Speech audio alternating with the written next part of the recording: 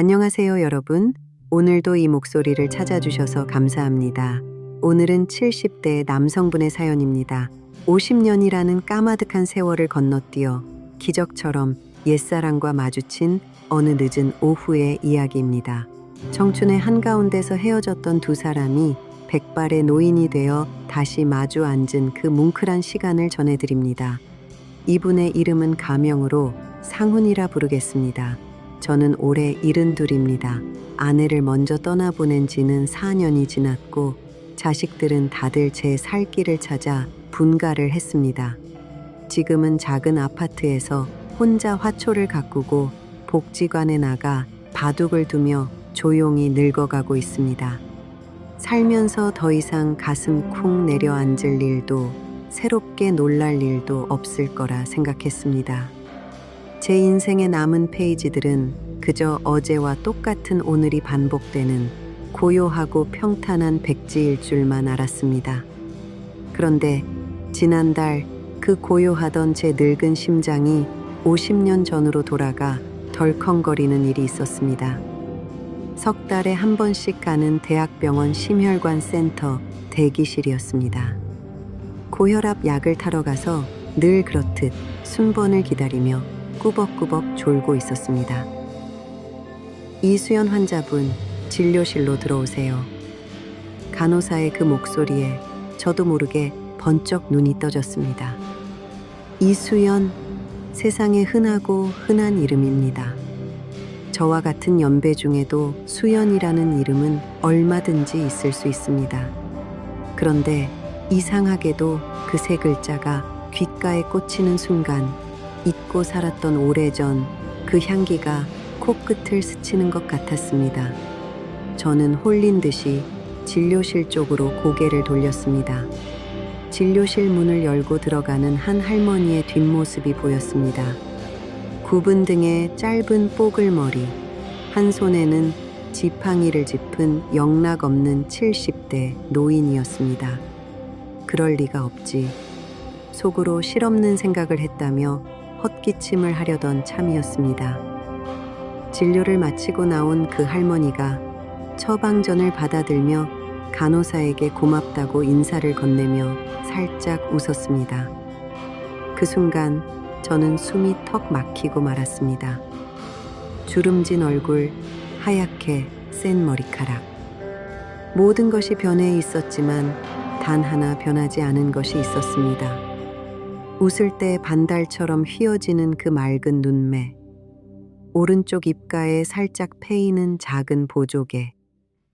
50년 전 제가 목숨보다 사랑했던 22살의 수연이가 분명했습니다.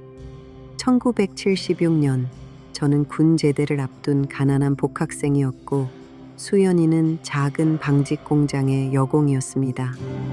우리는 버스 정류장에서 우연히 우산을 같이 쓰게 된 인연으로 만났습니다. 가진 것 하나 없던 시절이었습니다. 주머니를 탈탈 털어 산 풀빵 한 봉지를 나누어 먹어도 세상을 다 가진 것처럼 배가 불렀고 종로의 낡은 다방에서 커피 한 잔을 시켜놓고 몇 시간을 앉아 있어도 지루한 줄을 몰랐습니다. 저는 수연이의 그 반달 같은 눈웃음을 참 좋아했습니다. 상훈 씨, 우리 나중에 돈 많이 벌면 마당 있는 슬레이트 집 짓고 살자.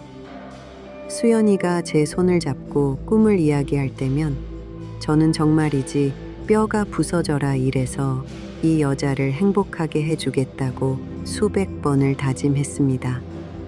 하지만 가난이라는 괴물은 우리의 풋풋한 사랑보다 훨씬 크고 잔인했습니다. 수연이의 아버지가 보증을 잘못 서는 바람에 빚쟁이들이 공장까지 찾아왔고 어느 날 수연이는 미안하다는 짤막한 편지 한 장만 남긴 채 가족들과 함께 야반 도주하듯 서울을 떠나버렸습니다. 미친 사람처럼 수소문하고 찾아 헤맸지만 휴대폰도 없던 시절 한번 끊긴 인연은 연경 찾을 길이 없었습니다. 그렇게 50년이 흘렀습니다. 저도 다른 사람을 만나 가정을 꾸렸고 자식을 키웠고 늙어갔습니다. 수연이는 그저 가슴 아주 깊은 곳에 묻어둔 한 장의 흑백 사진 같은 첫사랑이 되어버렸습니다. 그 사진 속 첫사랑이 지금 백발의 노인이 되어 제 눈앞에 서 있었습니다. 저는 자리에서 벌떡 일어났습니다. 다리가 후들거려서 지팡이를 짚고 비틀거리며 그녀를 향해 걸어갔습니다. 병원 수납 창구 앞에 서 있는 그녀의 뒷모습을 보며 입이 떨어지지 않았습니다. 저기, 제 떨리는 목소리에 그녀가 천천히 고개를 돌렸습니다. 두꺼운 돋보기 안경 너머로 저를 바라보는 그녀의 눈동자에 의아함이 서렸습니다. 혹시 수연이? 이수연 아니오? 그녀의 표정이 굳어졌습니다. 저를 한참 동안 아래 위로 훑어보던 그녀의 눈빛이 어느 순간 미세하게 흔들리기 시작했습니다. 손에 쥐고 있던 처방전이 파르르 떨렸습니다. 누구? 혹시 상훈 씨? 그래, 나요. 나 상훈이. 우리는 병원 복도 한가운데서 바보처럼 서로를 바라보며 멍하니 서 있었습니다.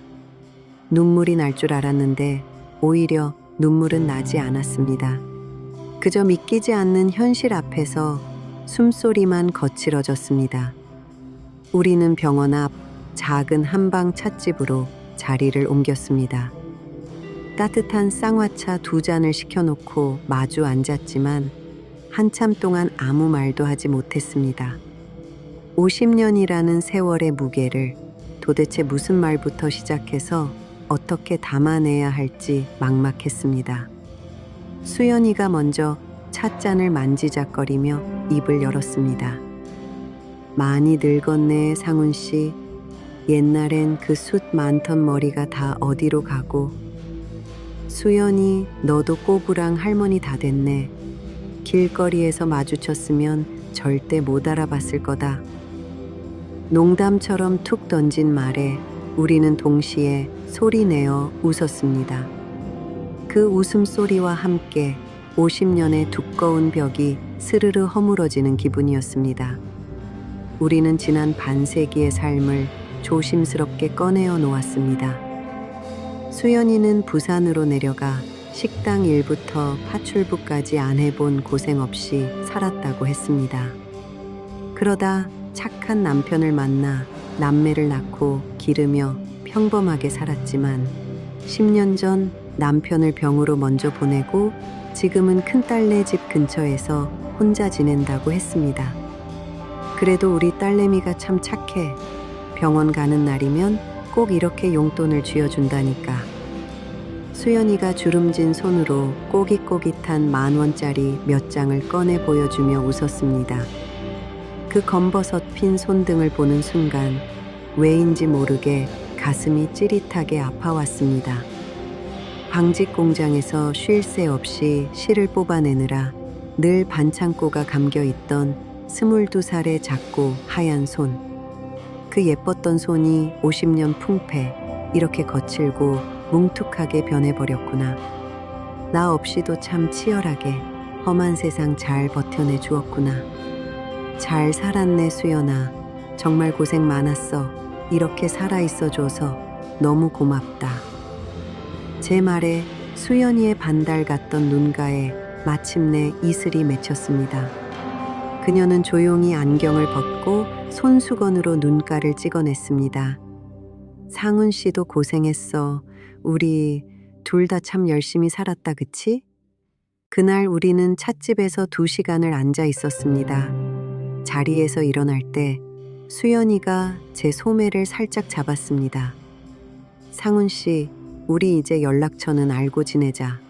젊은 날 빚쟁이한테 쫓기듯 헤어진 거 내 평생 마음의 짐이었어. 다 늙어서 이렇게 얼굴 봤으니 1년에 1번이든 2번이든 생사 확인은 하고 살자고. 저는 고개를 끄덕이며 그녀의 구형 폴더폰에 제 번호를 꾹꾹 눌러 찍어주었습니다. 집으로 돌아오는 버스 안 창밖을 보는데 자꾸만 실없는 웃음이 났습니다. 50년 만에 만난 첫사랑, 드라마나 영화처럼 가슴이 찢어지게 아프거나 불꽃 같은 열정이 되살아난 것은 아니었습니다. 우리는 이미 서로의 배우자를 사랑했고 각자의 인생을 충실히 살아낸 노인들일 뿐입니다. 하지만 수연이를 다시 만난 것은 젊은 날 가장 빛나고 찬란했던 시절에 나를 만난 것과 같았습니다. 가난했지만 순수했던 22살의 최상훈이 그곳에 살아 있었고 우리의 그 애틋했던 시간이 거짓이 아니었음을 증명해주는 유일한 생존자를 만난 기분이었습니다. 요즘 저는 한 달에 한 번 병원 가는 날이 기다려집니다. 우리는 진료 날짜를 맞춰 같은 날 병원에 갑니다.